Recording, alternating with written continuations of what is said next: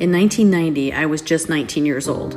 I had moved to California a few years prior to finish up high school. We moved from Minnesota. Then I started college, and I was still living at home. My dad was a young 40-year-old. He was smart, funny, and kind, and he owned his own business, an antique mall. He was in the prime of his life. He was driven and passionate about growing and making his business work. Then after about 2 months of flu-like symptoms in late 1990, my dad was diagnosed with stage 4 colon cancer. His diagnosis was a complete shock to him and to me and to his mother and sisters. After a 2.5-month battle, he died at the hospital in La Mesa. Losing my dad was more than losing my father.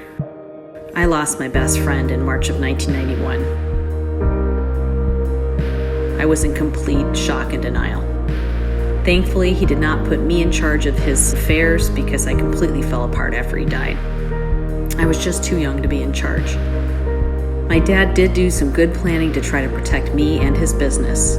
He had an estate plan that included a trust that owned his business and his other assets. My aunt was the trustee and executor, and his smart planning kept us out of the court system.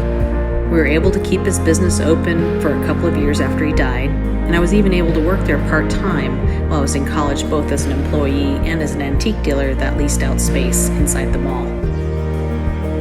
Had my dad not done the good planning that he did, things would have gone dramatically different. The cost to settle his estate could have been 3 to 5 times more. We would have had to go to court to get approval for everything that we did. And most likely, we would not have been able to keep the doors of his business open. This is why I care so much, and I've devoted my life to helping other people protect their families too, just like my dad did for me.